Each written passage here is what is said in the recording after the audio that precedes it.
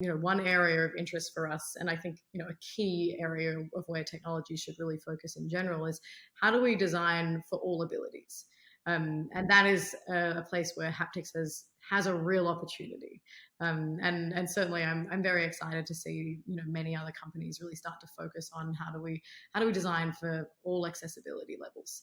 And that I think is a unique opportunity for all of those interactions and those new design methods that go beyond just the screen.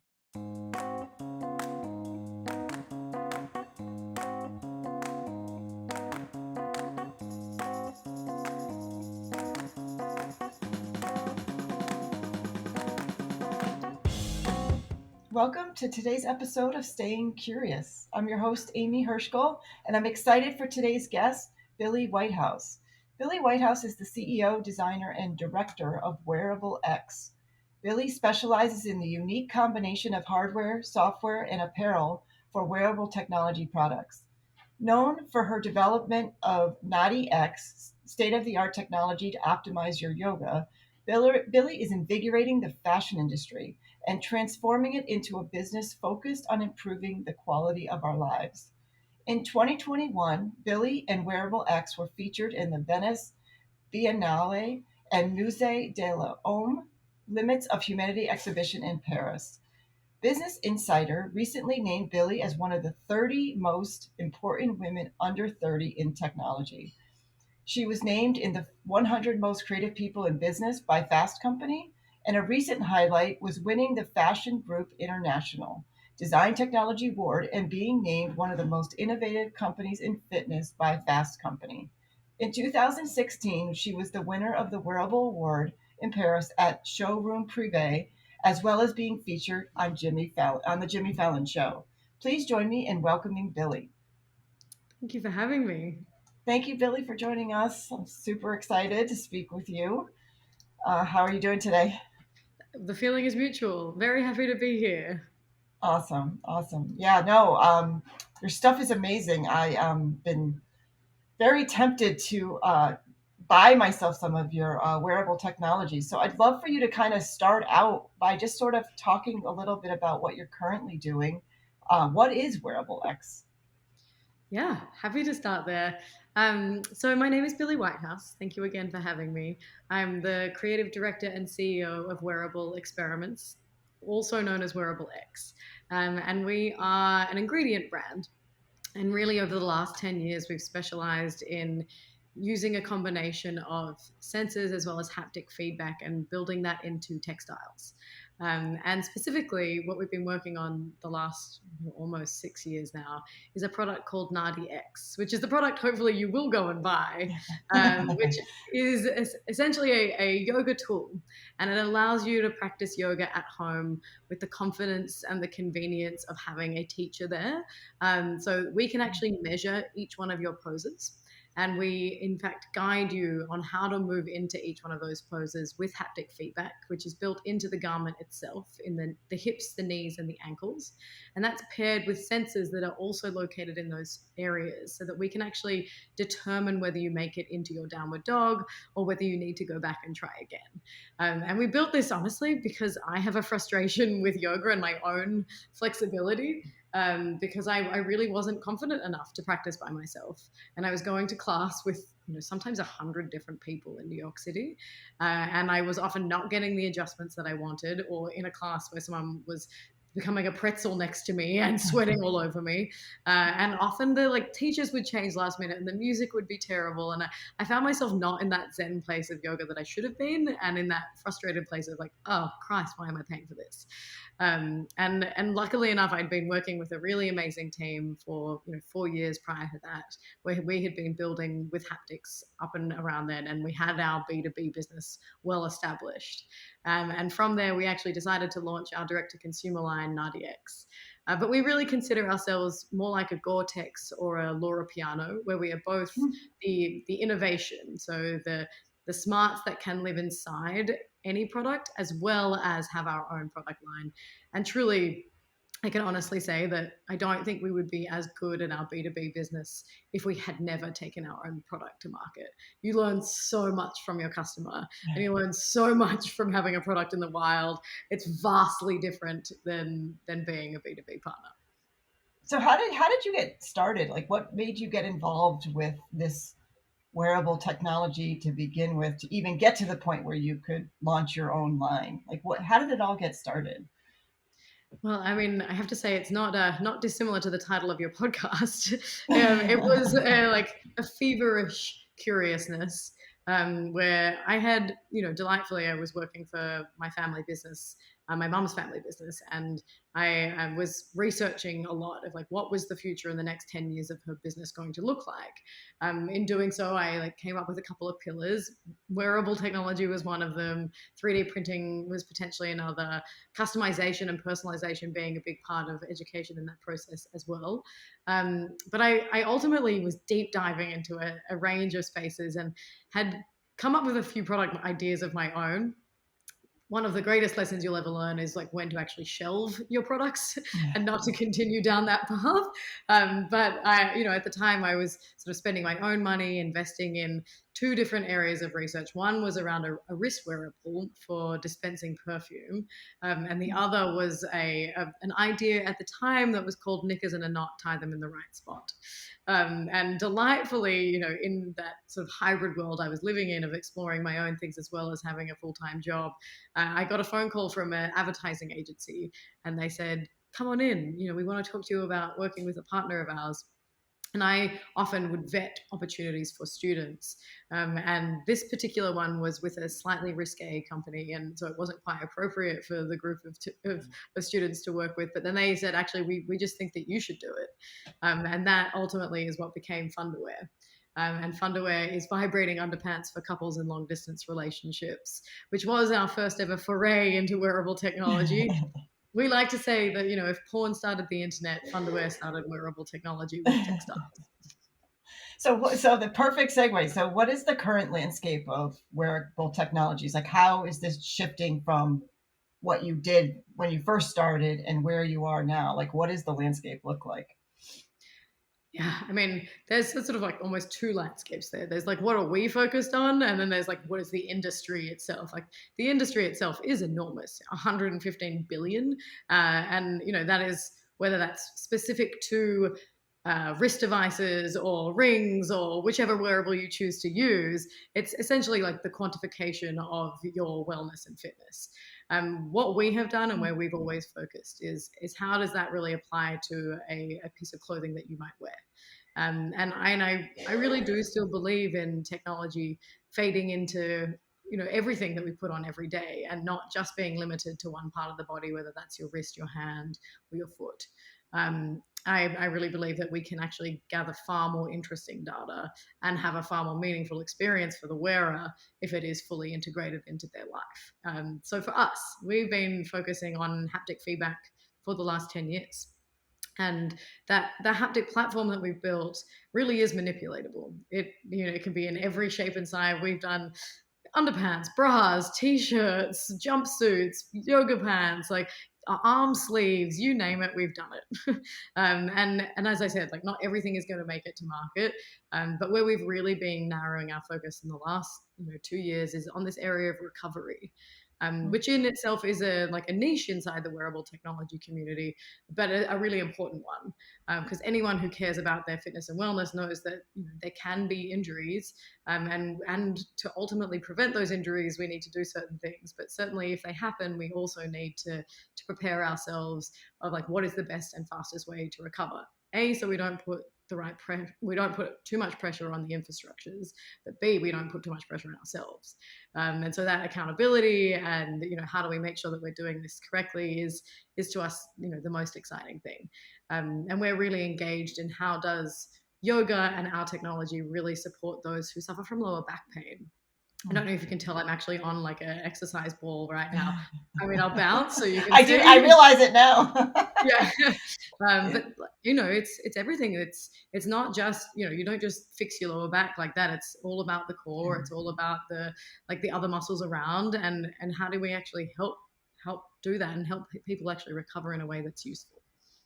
That's so interesting because as somebody who has taken on exercise at a whole other level in my later years in life, as I gotten older, it's recovery is something that it's a totally different thing you have to focus on. Because before you were so focused on the activity, but if you don't focus on the recovery, you're never getting yourself up in the morning again. So Yep. it's a very interesting spot. So data collection. So you talked a little bit about it. What role does that data collection play, in delivering the value to the end customer? So talk a little bit about how important that data is um, to the consumer. Like, and what do they really? Do they even know that they want this data? Like, Yeah. how are you making people know that they want that in the first place? I mean, there's so many fascinating stories to tell here. um, I'll at least explain some of the journey of creating Nadi X and the data collection effort necessary to do that. And then there's a secondary story, which is like, where and how is that valuable to the customer? Um, to create Nadi X, we had to collect data on up to 100 different yogis of all different levels.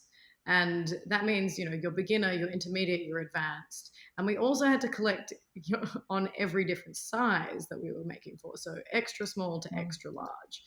In addition to that, we also had to collect on male and female, and when they have the pants on correctly and incorrectly, and when they're doing the pose correctly and incorrectly.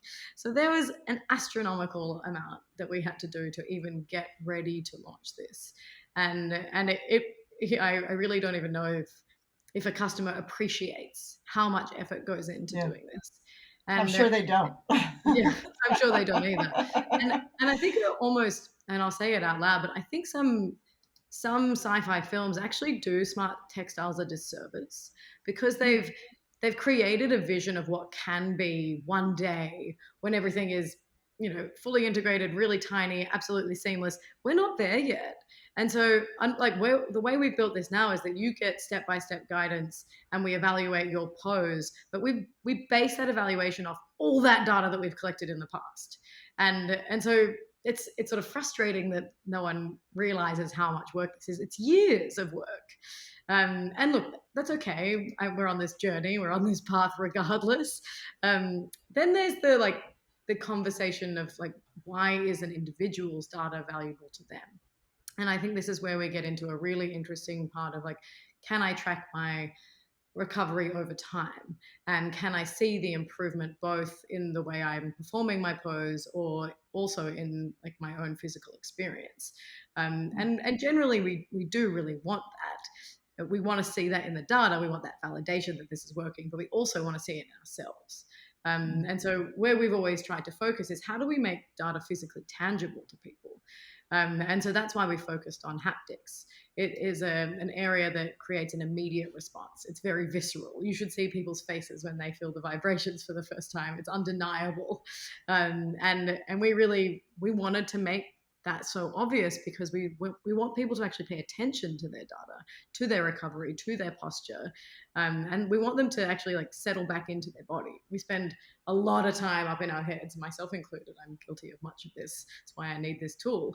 Up in our heads, contemplating, pontificating, living these very, very high speed lives. What we're trying to do in encouraging with haptics is to bring people back into their bodies, focus on those areas of the bodies, lengthen those muscles, tighten those muscles, rotate those muscles in the way that is necessary to actually then hold the pose for the length of time that is necessary for your recovery or just to achieve that pose itself.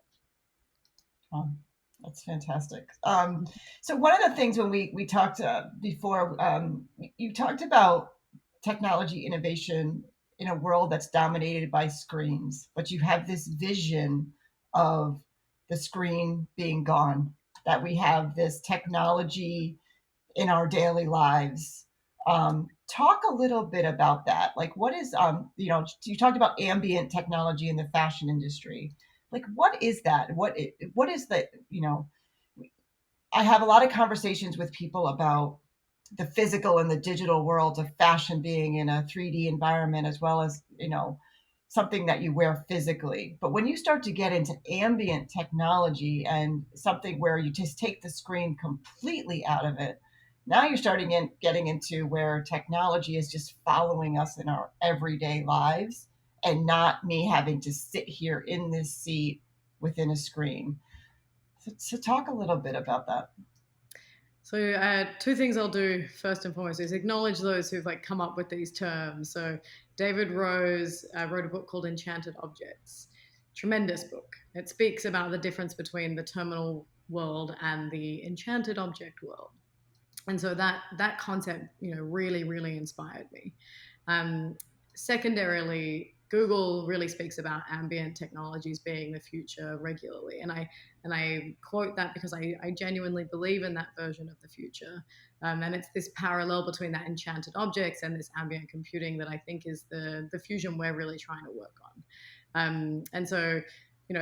Delighted that I can have interactions with those two big companies, both David Rose, who was at MIT, and Google itself, and I'm able to then say, these things are really valuable. These technologies that are being built can genuinely do wonderful things for people, but we have to come back to the why. And I think that's the really important factor for me is, we at the get-go of our company decided that there were three pillars we would work on. We want to build technologies and experiences that help people connect to themselves. We want to build technologies and experiences that help them connect with each other, and technologies and experiences that allow them to connect to those moments in time that are really valuable to them. And I think if we're always keeping ourselves like honest and within those realms, we're going to be building things that are important for people. And what David Rose really speaks about in his book is that, at the moment, our work life, most certainly, and certainly during the pandemic, even our social life, was entirely dominated by a screen or the terminal world.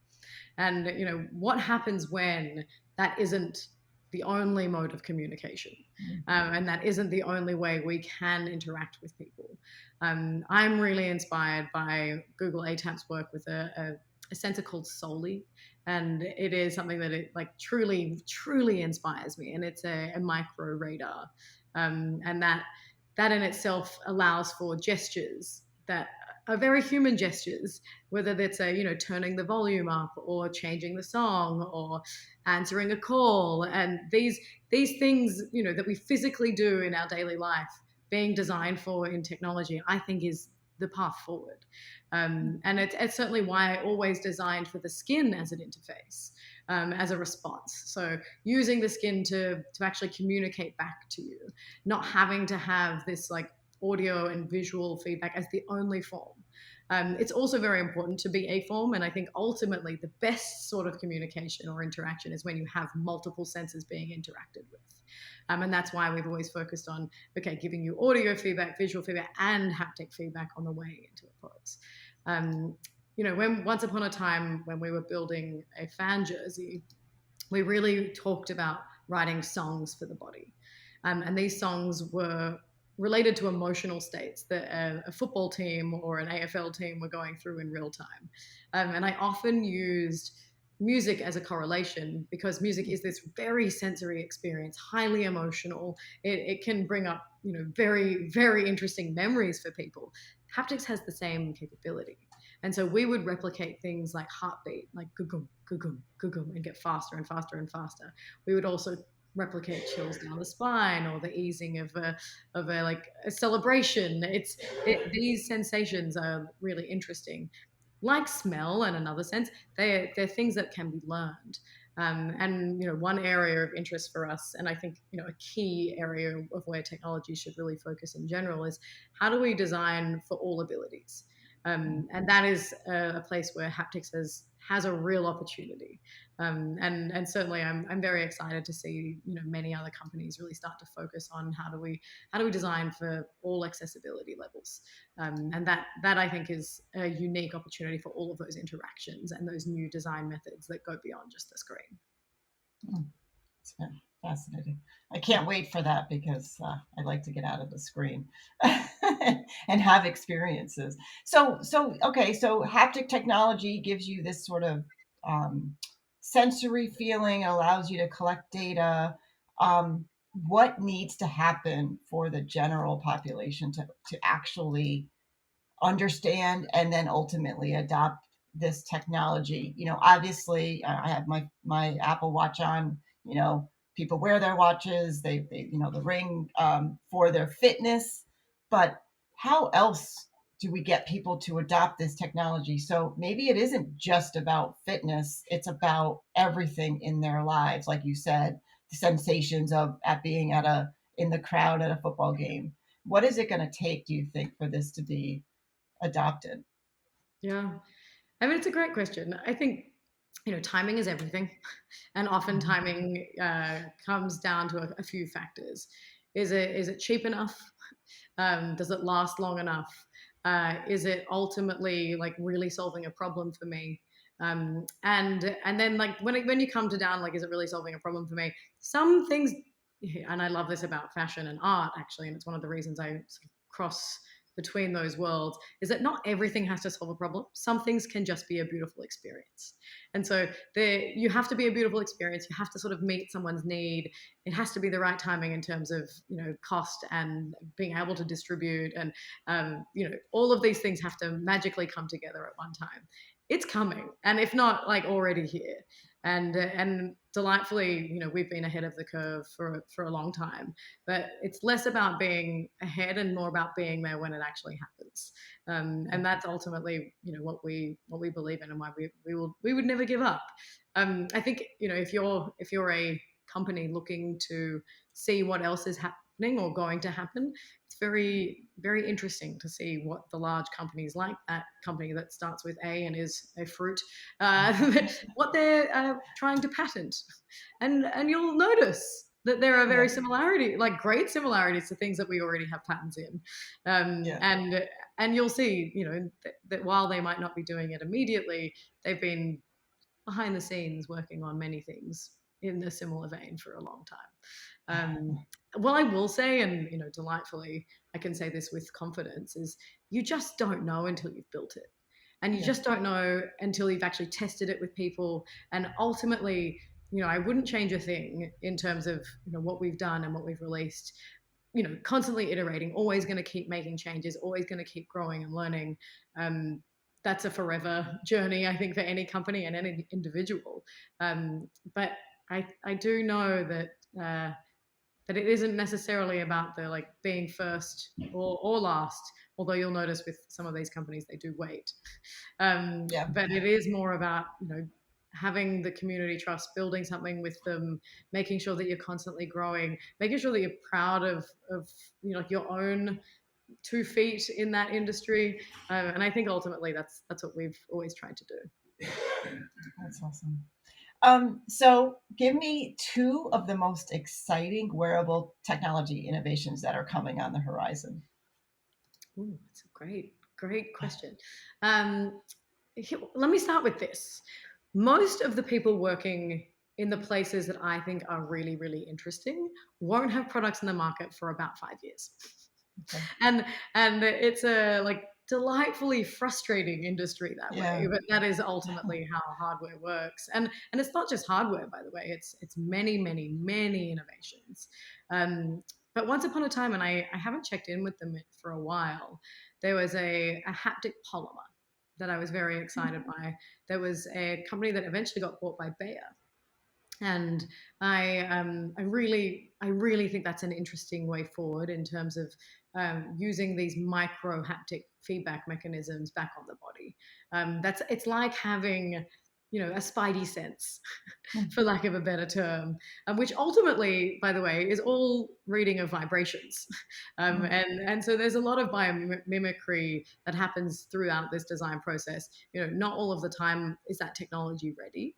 And is it like way too expensive, and does it integrate well, and we have to solve all of the connector issues. And so that, I would say, is like number two. I'm really interested in haptic polymers as number one.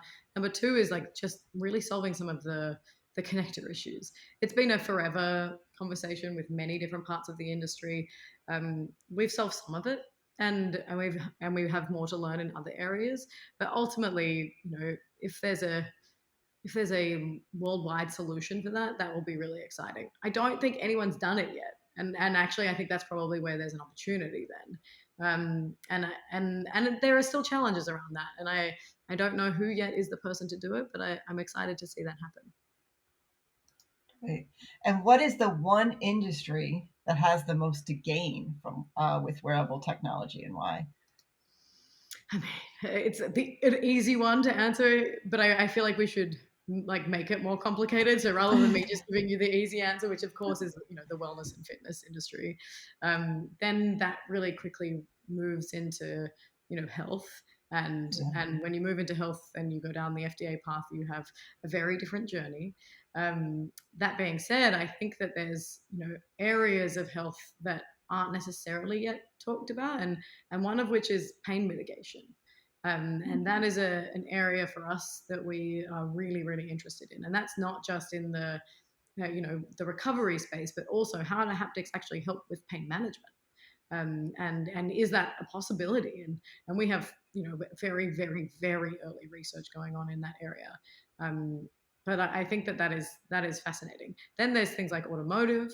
That's very much an area of interest for a lot of people, and going to continue to be really powerful.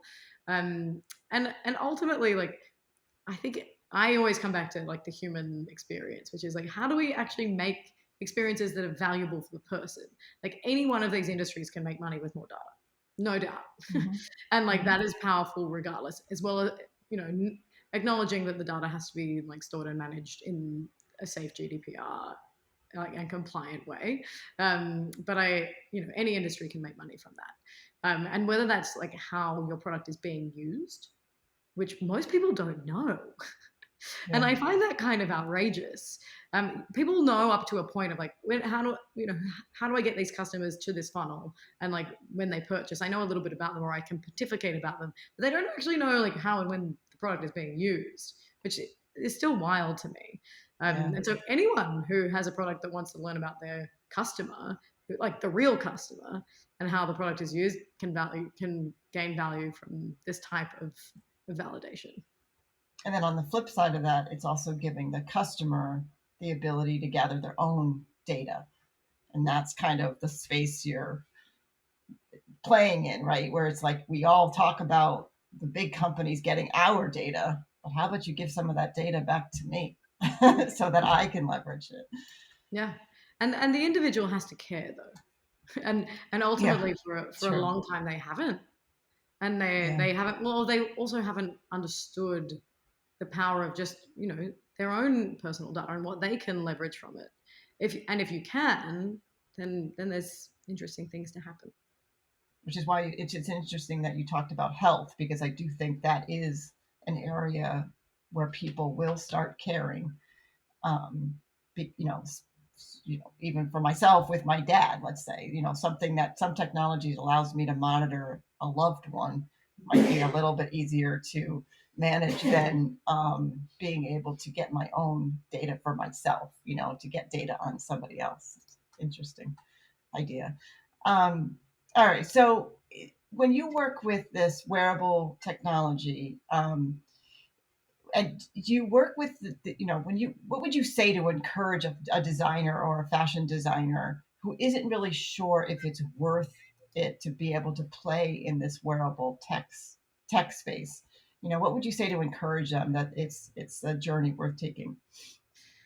I mean, I would always say, like, tread with caution, because I think understanding first and foremost how absolutely hard it is. Mind you, I'm almost glad I had some ignorance at the beginning.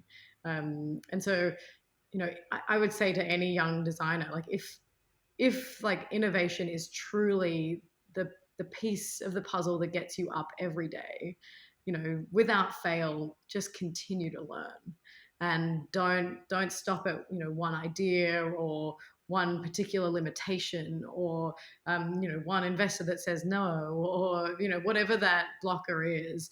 Never stop at just that first roadblock. You're going to have a million more, but know that there's always a way around.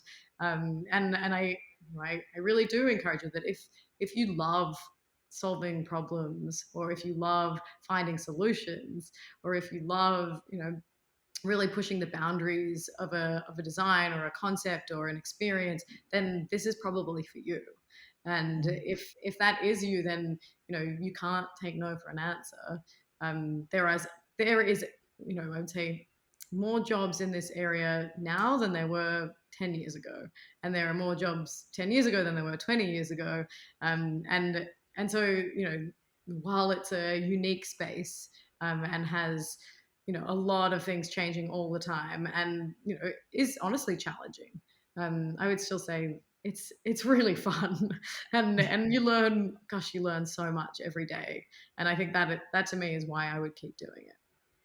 And what about a consumer? Sort of the same idea. Like, what would you say to the audience who's not looking to design with this wearable tech, but maybe just get involved and purchase something with wearable technology? What would you say to encourage them the importance of getting involved with that is? Like going out Yeah. and buying these yoga pants. Like, what is in your mind, what would you tell them is the one reason to do it? I mean, I would tell them the reason that I would do it, which is, data can actually give you confidence. And practicing anything that is for your physical and mental well-being can also give you that peace of mind.